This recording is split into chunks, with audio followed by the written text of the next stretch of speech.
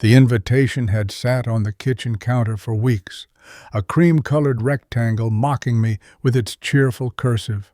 A 30-year high school reunion. Normally, I'd toss it without a second thought. Reunions felt like showcasing lives, comparing scorecards, and I wasn't much interested in playing that game anymore. But Sarah, my daughter, had found it. "Dad, you should go. See Mr. Henderson. Maybe some of your old buddies?" Her enthusiasm was infectious, bless her, unaware of the landmines buried in that gymnasium 30 years ago, and the one that detonated my life far more recently. So here I was, nursing a lukewarm club soda in the overly decorated school gym, the air thick with the smell of stale popcorn and cheap perfume. The noise was a dull roar, laughter pitched too high, backslapping bonhomie that felt forced. I recognized faces, softened and lined by 3 decades, names hovering just out of reach.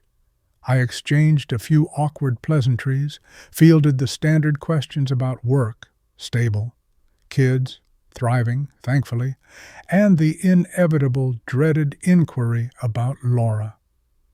"We're separated," I'd murmur, offering a tight smile that discouraged follow-up. It was easier than the truth, which felt too heavy, too raw, to unpack under fluorescent lights while Billy Joel blasted from overloaded speakers. I leaned against the bleachers, scanning the crowd, feeling a familiar sense of detachment.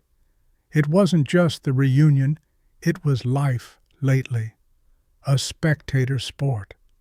My gaze drifted across the shifting sea of faces, catching snippets of conversations about mortgages, grandkids, retirement plans. Then it stopped. Cold. Across the gym, standing near the makeshift bar where they were pouring wine into plastic cups, was Laura. I hadn't seen her in person in 18 months, not since the day I'd packed a single suitcase and walked out of the house we'd shared for 25 years. My breath hitched. She looked different, thinner, maybe. Her hair was shorter, darker than I remembered. She was talking to Carol Matheson, someone I vaguely recalled from chemistry class, laughing at something Carol said. The sound, even muffled by the distance and the din, sent a jolt through me, a phantom echo of 1,000 shared moments. My hand tightened around the plastic cup. Seeing her here, in this place filled with ghosts of our shared youth, felt like a violation. This was supposed to be neutral territory, a place I could dip into nostalgia without confronting the wreckage of the present. But there she was, the woman who had built a life with me side by side, brick by brick, only to take a sledgehammer to the foundation when I wasn't looking. She hadn't seen me yet. Her back was partially turned as she reached for a napkin. Part of me, the cowardly part, wanted to melt into the shadows, slip out the side door before she turned around. Find an excuse, any excuse, to leave. But another part, stubborn and maybe a little self-destructive, held me rooted to the spot. I couldn't tear my eyes away. It was like watching a film reel of my past flicker erratically behind my eyes.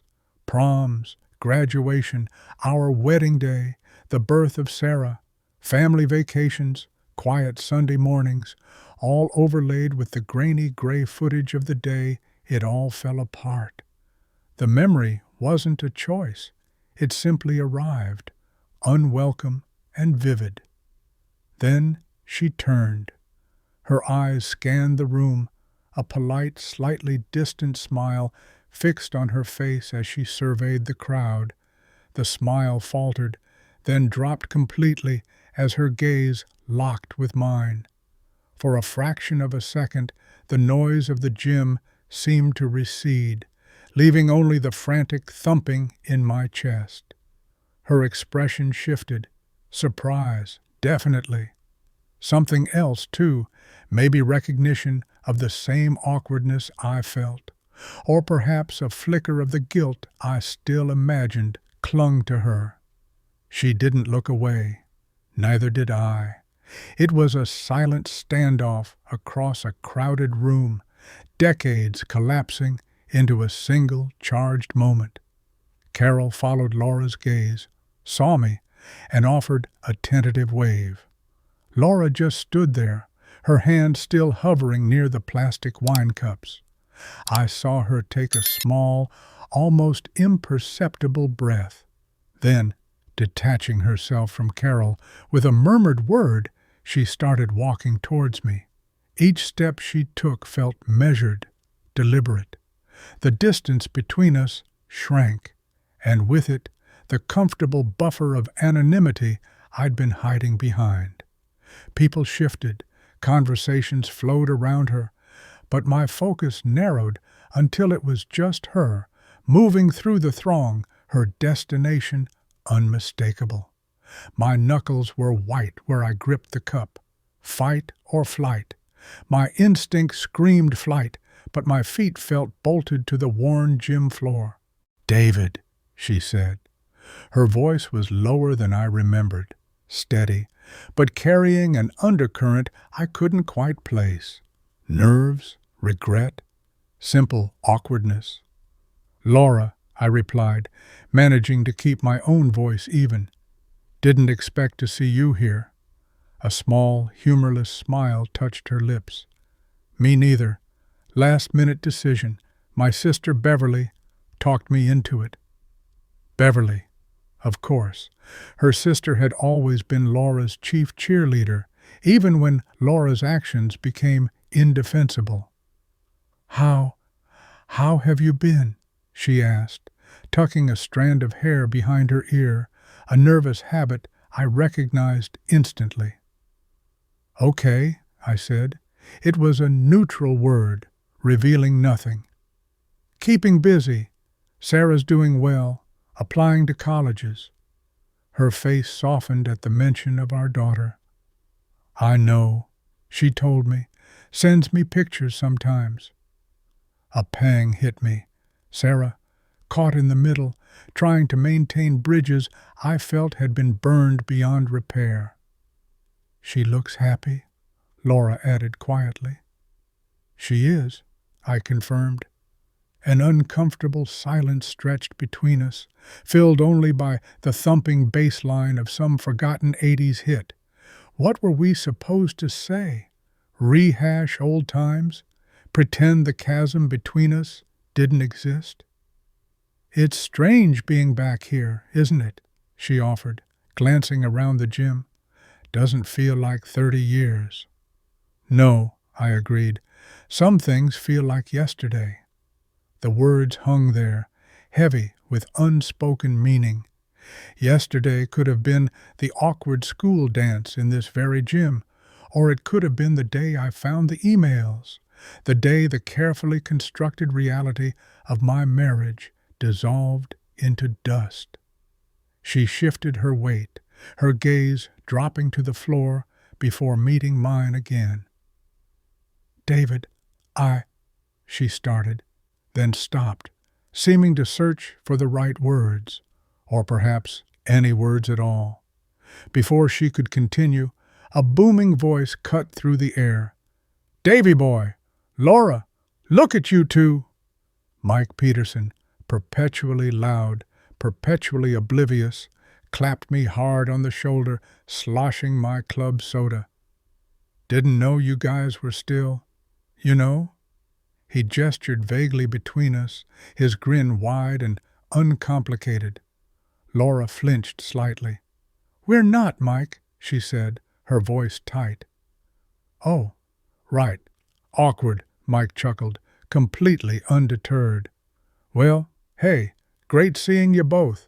Gotta go find Debbie. She owes me a dance." He winked and plunged back into the crowd, leaving a fresh wave of unease in his wake. The interruption broke whatever fragile thread of conversation we might have spun. Laura looked flustered, maybe even embarrassed. I just felt tired. Tired of the pretense, tired of the memories, tired of the dull ache that seeing her reignited. I should probably, she began, gesturing vaguely towards the exit. Yeah, I said, nodding. There was nothing more to say. Not here. Maybe not ever. She hesitated for another moment, her eyes searching my face, perhaps looking for something I couldn't give. Forgiveness, anger, anything other than this hollow emptiness. Finding nothing, she gave a small, almost imperceptible nod. Well, take care, David. You too, Laura.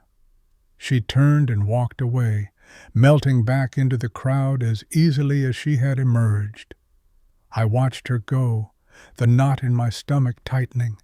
Seeing her hadn't brought closure. It hadn't brought rage. Not really. It just stirred the sediment at the bottom of a wound I thought was beginning to heal. The music swelled. Someone laughed nearby, but all I felt was the cold plastic of the cup in my hand and the vast, echoing space she left behind. That hadn't changed. I stood there for a long moment after she disappeared back into the crowd, the club soda now warm and flat in my hand. It felt strangely anticlimactic. Years of anger, hurt, and confusion culminating in a 3-minute exchange under buzzing fluorescent lights, punctuated by Mike Peterson's clueless bonhomie. What had I expected? A dramatic confrontation? Tears? An apology that could somehow stitch the past back together? The reality was just awkward, empty, like finding an old house you loved, now gutted and abandoned. The noise of the gym seemed louder now, harsher. The forced gaiety grated on my nerves. I looked around, trying to find a reason to stay. Sarah had mentioned Mr. Henderson, our old history teacher. He'd been a constant presence, a gruff but fair guide through the chaos of adolescence. I scanned the faces, hoping to spot his familiar, slightly stooped figure. Maybe a conversation with him, someone unconnected to the Laura-shaped crater in my life, would ground me. My eyes caught on a group near the punch bowl. Dan Miller, Kevin Shaw, guys I'd run cross-country with. They were laughing, heads thrown back, seemingly untouched by the passage of time or the weight of unspoken failures. Dan caught my eye and waved me over. I hesitated. Part of me wanted that easy camaraderie, the simple rehashing of glory days. But the thought of navigating the inevitable questions, the careful sidestepping around the topic of my marriage, felt exhausting. The encounter with Laura had drained whatever social energy I'd managed to muster. I gave Dan a non-committal nod and turned away, retreating further into the shadows beneath the bleachers. I found an empty spot on the bottom bench and sat down, the hard plastic cool against my legs. From here, the reunion looked like a pantomime, figures moving under the lights, mouthing words I couldn't hear, performing versions of themselves. I thought about Laura again. Seeing her hadn't changed the facts. It hadn't lessened the betrayal. The man she'd chosen, a colleague I'd met briefly at company functions, someone I'd shaken hands with, was irrelevant in the grand scheme. It was her choice, her deception, that mattered. The years of lies, the double life she'd meticulously constructed while sitting across the dinner table from me, asking about my day. How do you reconcile the woman you loved, the woman who held your hand while Sarah took her first steps, with the woman who could lie so completely, so calmly, for so long? The answer was, you didn't. You just learned to live with the dissonance, the two versions of her coexisting uneasily in your memory. the loving wife and the stranger, the partner and the betrayer. A slow song started playing, something vaguely familiar and melancholic. Couples drifted onto the makeshift dance floor. I watched them sway, some holding each other close, others maintaining a polite distance. Was their intimacy real, or just another performance for the reunion crowd? Cynicism felt like a cheap coat, easy to put on, but it kept the chill out. I didn't see Laura on the dance floor. Maybe she'd already left. Maybe she was talking to someone else, rewriting her narrative, smoothing over the cracks. It didn't matter. My presence here felt pointless now. The nostalgia I'd hoped for was tainted, curdled by the collision with the present. This wasn't a trip down memory lane, it was a reminder of a road that had led to a dead end. I pushed myself up from the bleacher. There was no reason to stay, no friendly face I felt capable of engaging with authentically.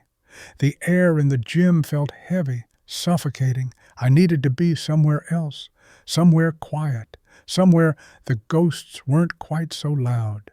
I started walking towards the exit, navigating through clusters of people, keeping my eyes down, avoiding any further potential encounters. The heavy double doors that led outside were just ahead, promising escape.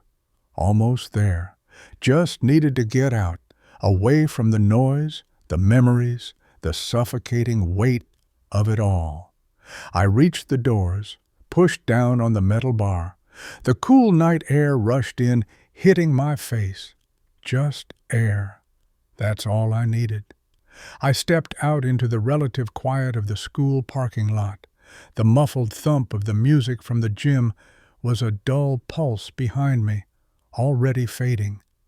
The air was cool, carrying the scent of damp asphalt and cut grass, a welcome change from the cloying sweetness inside. Streetlights cast long, distorted shadows across the rows of cars.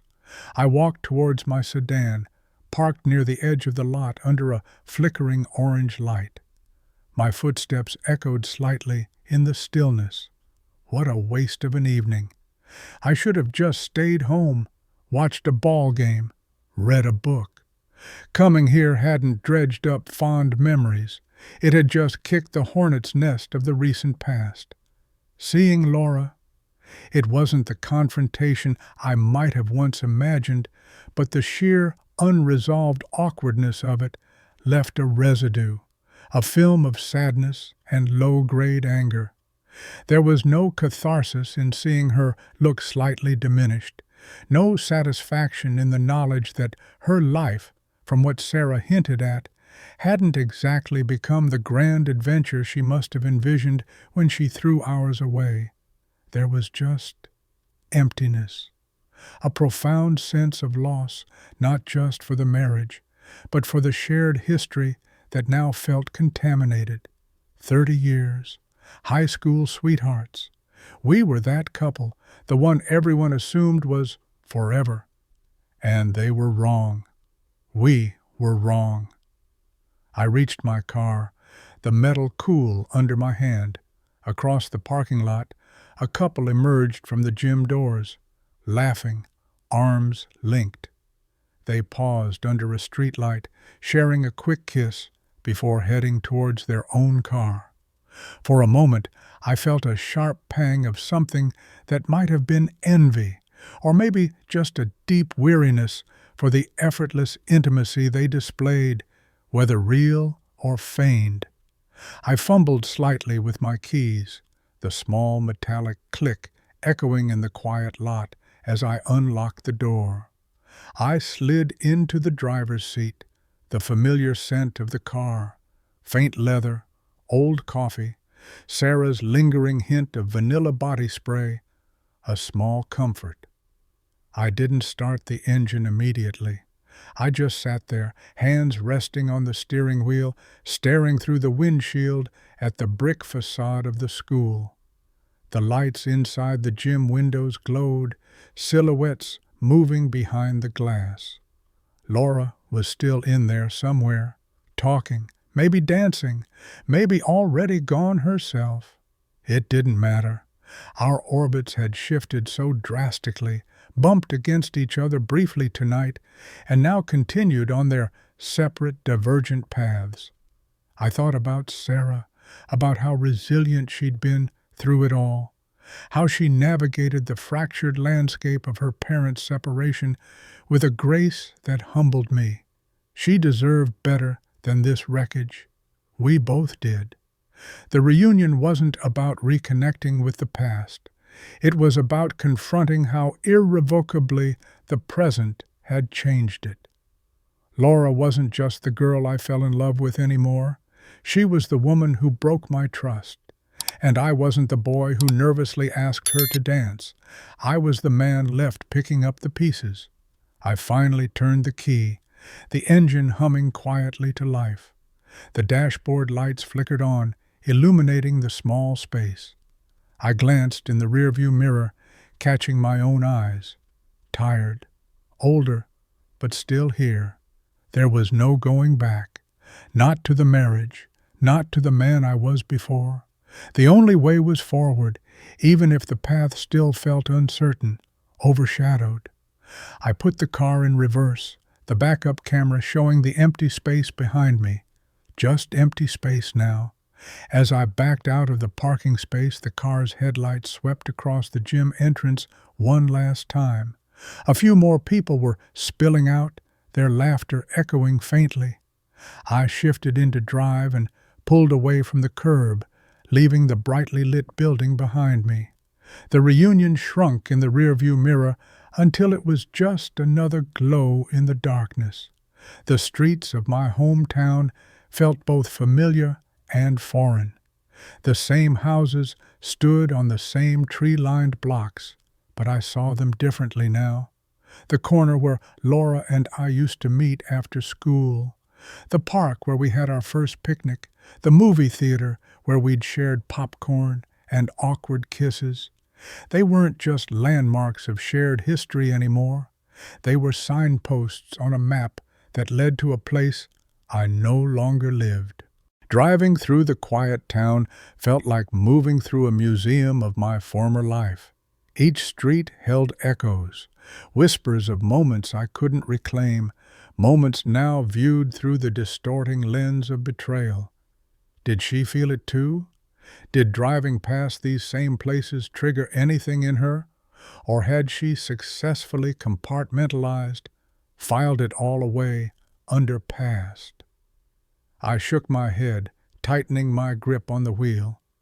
It didn't matter what she felt. Her feelings were no longer my concern, no longer intertwined with mine. That cord had been severed irrevocably. My focus needed to be on my own road, on Sarah, on rebuilding something solid from the rubble.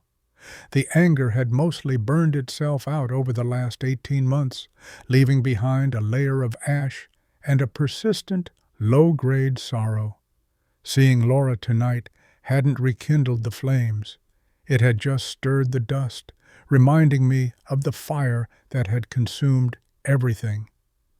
I turned onto the main road, heading out of town towards the small house I rented on the outskirts. The streetlights became fewer, the darkness pressing in against the windows. The steady hum of the engine was the only sound, a monotonous drone that filled the silence. It wasn't a comfortable silence, not yet. It was the silence of absence, of things unsaid, and things that could never be unsaid. The reunion was a mistake, not because I saw Laura, but because it forced me to confront the delta between the hopeful boy I was 30 years ago and the weary man I was tonight. That boy believed in forevers, in promises kept, in the unwavering strength of love. This man knew better. He knew that foundations could crack, that trust could shatter, and that sometimes forever was just a word people said until they changed their minds. The headlights cut a path through the darkness ahead. Just keep driving. That seemed to be the only mantra that made sense anymore. 1 mile marker after another, leaving the past further behind, even though its shadow still stretched long beside the car. I glanced at the clock on the dashboard. Nearly midnight. Sarah would be asleep. The house would be quiet, just quiet, and empty. That was the reality now. Better than the lies, better than the constant tension, but still empty. I turned onto my street, the gravel crunching under the tires. Pulling into the driveway, I cut the engine. The sudden silence was absolute, broken only by the chirping of crickets. I sat there for a moment, staring at the dark windows of my own house. Home, or at least the place I slept, just needed to get inside.